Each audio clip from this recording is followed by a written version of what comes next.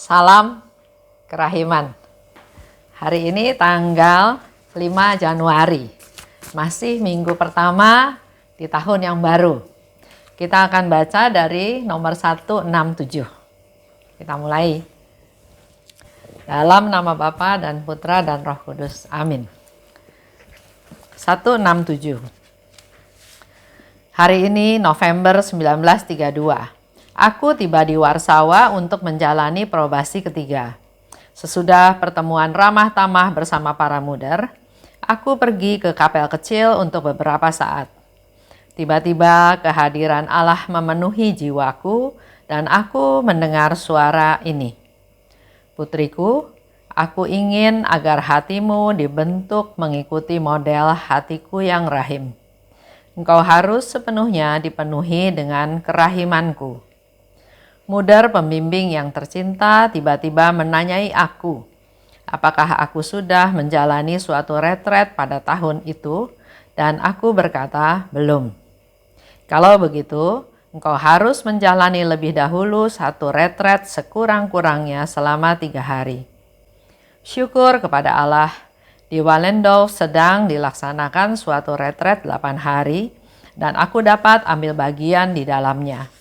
Tetapi kesulitan-kesulitan muncul dalam kaitan dengan kepergianku ke retret itu.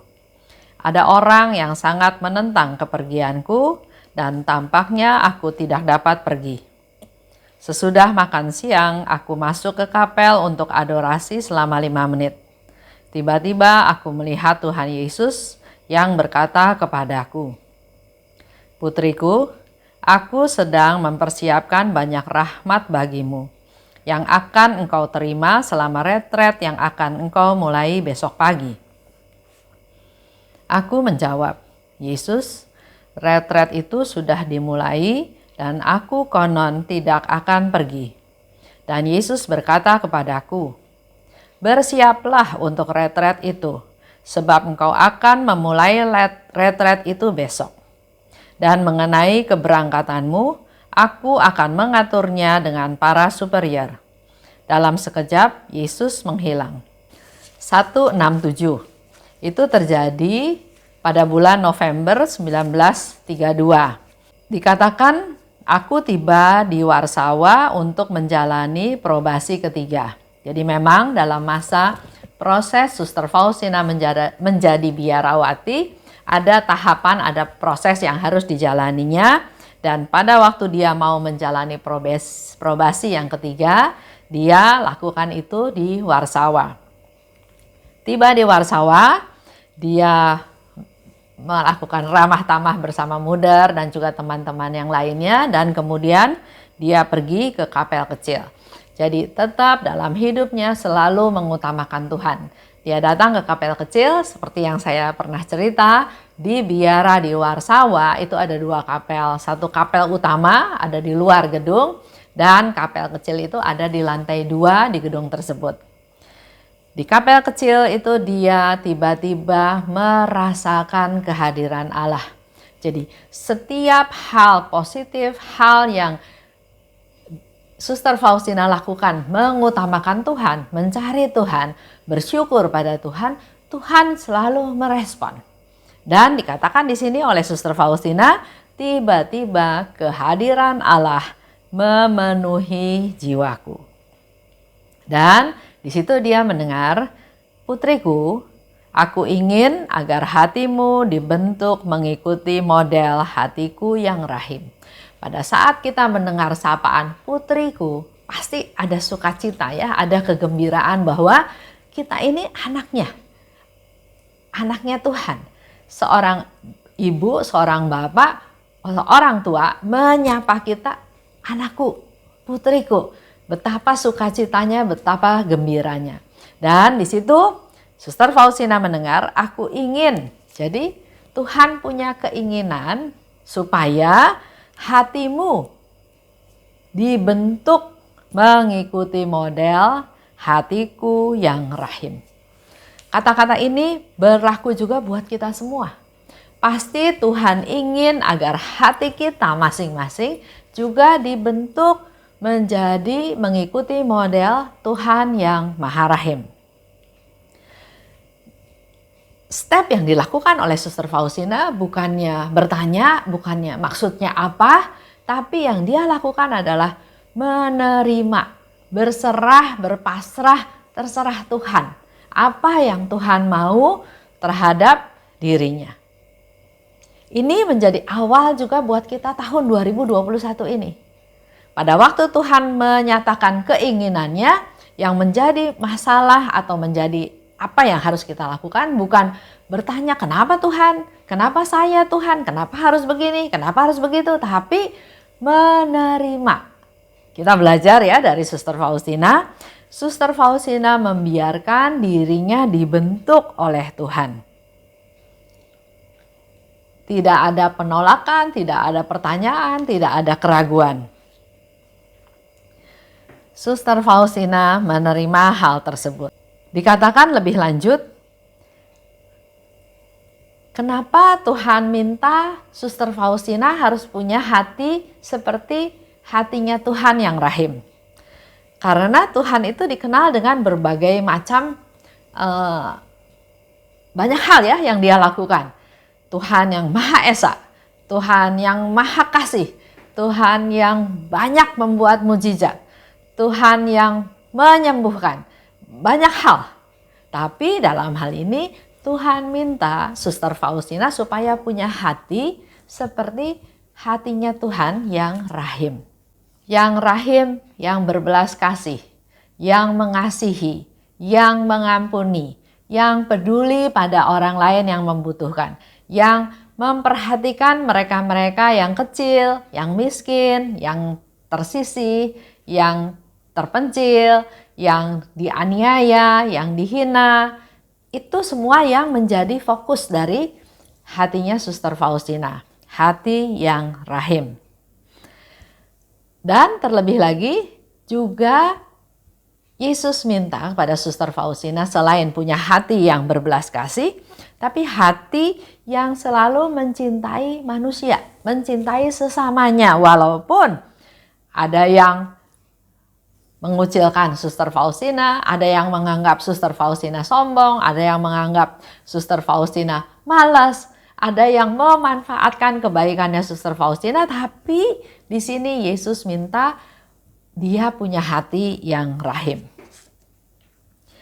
Ya, jadi dalam hal ini kalau kita baca nggak ada pertanyaan dari Suster Faustina harus bagaimana, tapi dia langsung mengiyakan, setuju, berserah.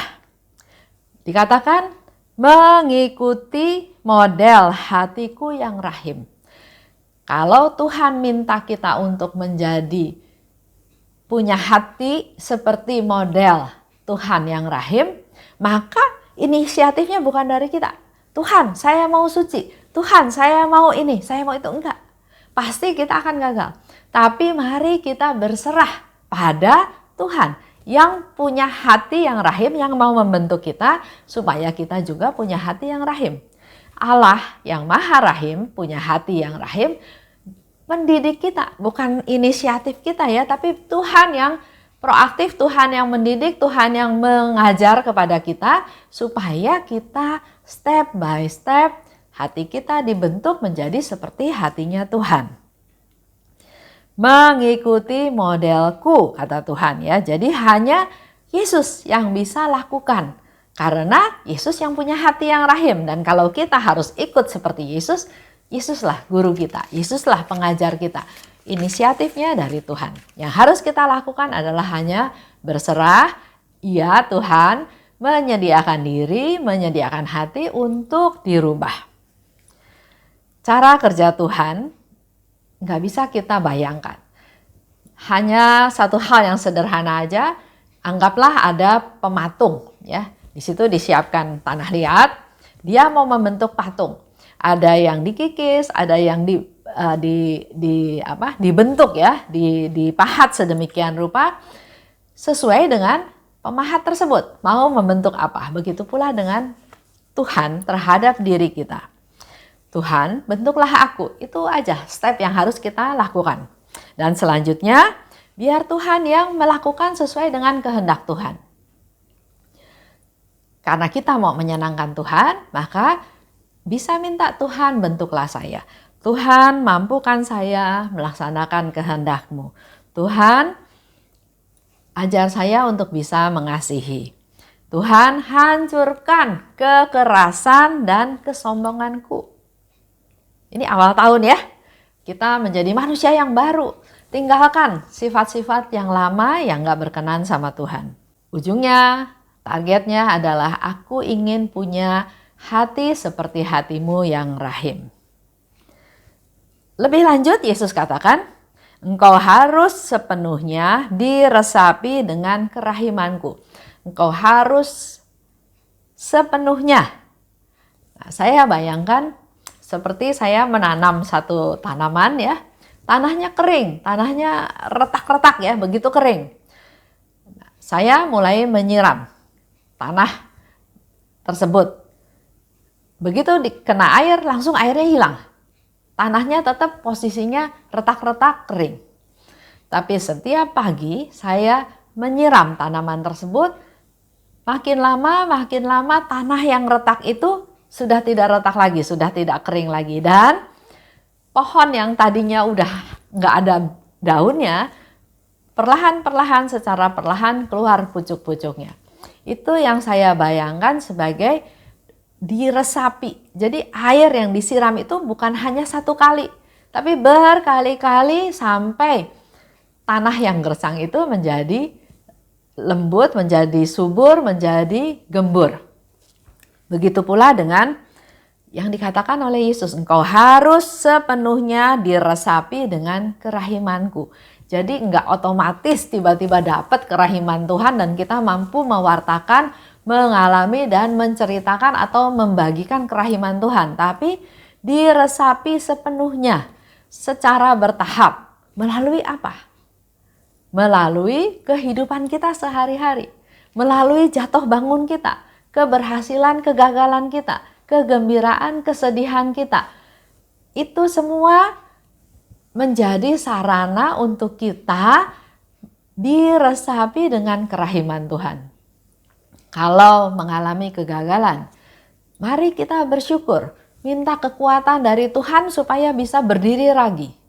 Kalau ada yang menghina kita, ada yang mengkhianati kita, ada yang menipu kita, itu juga jangan ungkapannya adalah marah, mengutuk, dendam, tapi minta rahmat dari Tuhan untuk bisa mengampuni. Karena kerahiman Tuhan itu selalu tercurah. Nah, di sini Yesus minta supaya sepenuhnya diresapi dengan kerahimanku.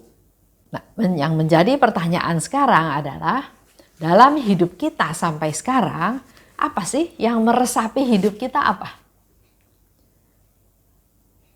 Apakah kita diresapi dengan hal-hal duniawi? Masih berharap mendapatkan aliran-aliran kekuatan untuk hal-hal duniawi, misalnya tentang kekayaan, kekuasaan, ketenaran, terkenal, keberhasilan, kesuksesan, hal-hal yang sifatnya duniawi. Atau kita sudah mulai atau memang sudah diresapi oleh hal-hal yang dari Tuhan.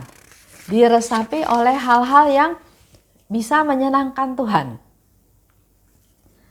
Dikatakan lebih lanjut oleh Tuhan ya. Putriku, aku sedang mempersiapkan banyak rahmat bagimu, yang akan engkau terima selama retret yang akan engkau mulai besok pagi. Jadi Suster Faustina tahu retret itu sudah berjalan. Dan biasanya kalau kita ikut retret pun kan mulainya dari awal sampai akhir. Nah, Suster Faustina tahu retretnya sudah berjalan dan ada orang yang memang nggak menghendaki Suster Faustina ini pergi retret. Ya, jadi Muder bertanya mula-mula kepada Suster Faustina, kamu udah ikut retret belum? Mau ikut masa probasi ketiga tersebut ya? Karena Suster Faustina bilang belum, maka Muder anjurkan untuk dia ikut retret. Tapi timbul keraguan dari Suster Faustina ya, apalagi ada orang yang berniat menghalangi dan dia pikir nggak mungkin lah dia bisa ikut retret. Tapi hal ini dijawab oleh Tuhan. Bersiaplah untuk retret itu. Sebab engkau akan memulai retret itu besok. Dan mengenai keberangkatanmu, aku akan mengaturnya dengan para superior. Lihat ya, kalau Tuhan sudah punya rencana, sudah punya tujuan, itu pasti terlaksana. Yang perlu kita lakukan bukan keraguan, bukan bingung bagaimana terjadinya, tapi yang harus menjadi pegangan kita adalah kalau Tuhan sudah mau, serahkan pada Tuhan. Yang penting kita hanya iya, mau melaksanakan, karena selanjutnya Tuhan yang kerjakan. Bahkan di sini Yesus katakan dengan sangat detail ya, mengenai keberangkatanmu, aku akan mengaturnya dengan para superior. Walaupun sesuatu yang masih belum terbukti ya, tapi kita belajar juga dari Suster Faustina, enggak berlama-lama dalam situasi tersebut. Suster Faustina tidak buang waktu, tapi memanfaatkan waktu untuk berdoa. Begitu pula dengan kita. Jangan buang waktu untuk hal-hal yang enggak perlu, tapi manfaatkanlah waktu yang ada untuk berdoa, untuk melakukan hal-hal yang positif, yang berguna. Karena dikatakan oleh Suster Faustina, hanya Yesus yang bisa mengatur hal-hal seperti itu. Mari kita juga punya iman seperti Suster Faustina. Hanya Yesus yang dapat mengatur hal-hal seperti itu. Karena untuk Tuhan nggak ada yang mustahil. Serahkan semuanya pada Tuhan dan Tuhan yang atur semuanya. Saya ingat kemarin, beberapa hari yang lalu ya, saya ikut pertemuan Zooming dari salah satu kelompok Kerahiman Ilahi. Setelah penjelasan dari pembicara, kemudian ada pertanyaan. Seorang ibu bertanya, secara garis besar dia mau bilang bahwa dia berdosa karena dia berzina dengan suami orang lain, tapi dia nggak bisa melepaskan hal tersebut. Saya tergerak ingin bercerita ya, atau ingin sharing. Menurut saya setiap manusia punya kelemahan. Tapi yang menjadikan dia nggak bisa lepas dari perzinahan tersebut, menurut saya ya, karena saya juga nggak kenal dia, nggak tahu situasinya, tapi mungkin ada cinta diri, ada mengasihi diri, karena itu kan keinginan badan, ya. Dia melakukan perzinahan, ada keinginan untuk memenuhi kebutuhannya, keinginannya. Kalau mau dilawan dengan kemampuan sendiri pasti nggak bisa. Mari kita belajar dari Suster Faustina. Menyerahkan semuanya pada Tuhan. Saya tidak berdaya, saya apa-apa, dan yang terpenting adalah penyangkalan diri. Kalau saya melakukan itu, saya tahu saya berdosa, bukan hanya saya berdosa, tapi saya juga menyakiti orang lain. Merugikan orang lain. Kenapa saya enggak berkorban? Supaya orang lain enggak dirugikan, supaya orang lain enggak sakit hatinya, supaya orang lain bisa hidup damai, hidup sejahtera. Biar saya aja yang susah, saya aja yang sakit. Serahkan semua masalah, semua hal pada Tuhan. Menurut saya, dia pasti bisa keluar dari lingkaran setan itu. Jangan mengandalkan diri sendiri. Seperti yang kita belajar hari ini, Allah itu Maha Rahim, Allah itu baik, Allah itu ingin memberikan kita hati seperti hatinya yang rahim. Dan Tuhan yang akan membentuk kita, Tuhan yang akan mengajar kita bagaimana caranya. Mari kita tutup dalam doa. Dalam nama Bapa dan Putra dan Roh Kudus, amin. Allah Bapa yang Maha Baik, seperti yang diminta oleh Engkau pada Suster Faustina supaya punya hati yang rahim, kami juga mohon rahmat-Mu Tuhan agar kami juga mempunyai hati yang rahim. Kami mau belajar daripada-Mu Tuhan, limpahkanlah rahmat-Mu, biarlah kerahiman-Mu meresapi hidupku. Secara bertahap kami makin hari makin mengenal kerahiman-Mu, makin mengalami kerahiman-Mu dan dimampukan untuk bisa juga memberikan kerahiman yang Engkau berikan kepada kami, untuk kami berikan, kami salurkan kepada orang-orang di sekitar kami. Kami juga mohon rahmat-Mu Tuhan, untuk kami mampu untuk memperoleh rahmat kerahiman-Mu, untuk merenungkannya dan mempraktekannya dan juga memberikan pada orang-orang di sekitar kami. Engkau ingatkan saya secara khusus Tuhan berdoa untuk seorang ibu yang masih masuk dalam perzinahan. Kiranya Engkau ampuni segala dosa-dosanya dan juga dia dimampukan untuk mengandalkan Engkau, untuk melakukan penyangkalan diri, dan biarlah melalui sharing yang sudah dia lakukan menjadi langkah awal pertobatannya sehingga nama-Mu dimuliakan. Kemuliaan kepada Bapa dan Putra dan Roh Kudus seperti pada permulaan, sekarang, selalu dan sepanjang segala abad. Amin. Dalam nama Bapa dan Putra dan Roh Kudus. Amin. Salam kerahiman.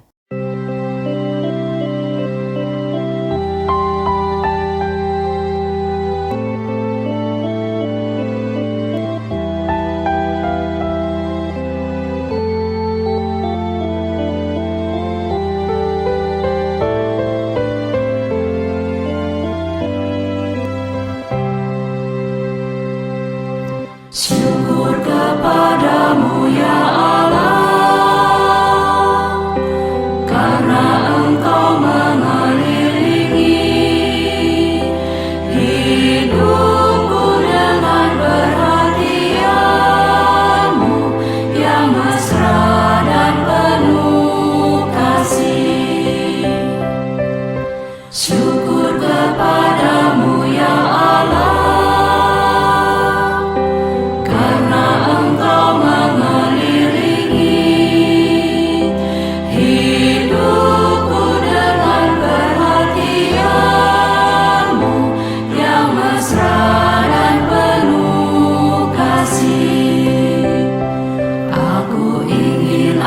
seluruh hidupku selalu menjadi ucapan syukur. Ya Allahku, kepadamu ku serahkan seluruh jiwa dan ragaku ini.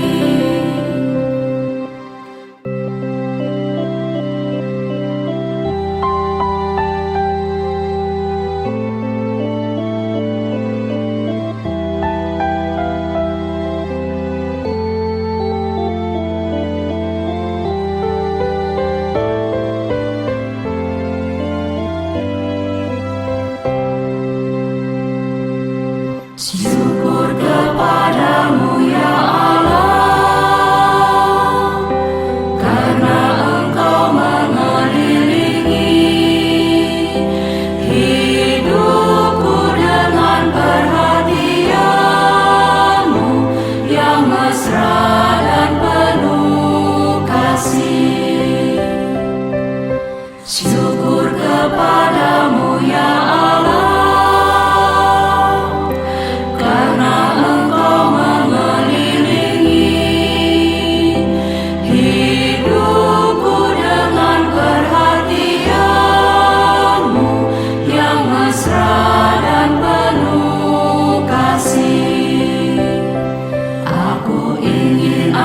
seluruh hidupku selalu menjadi ucapan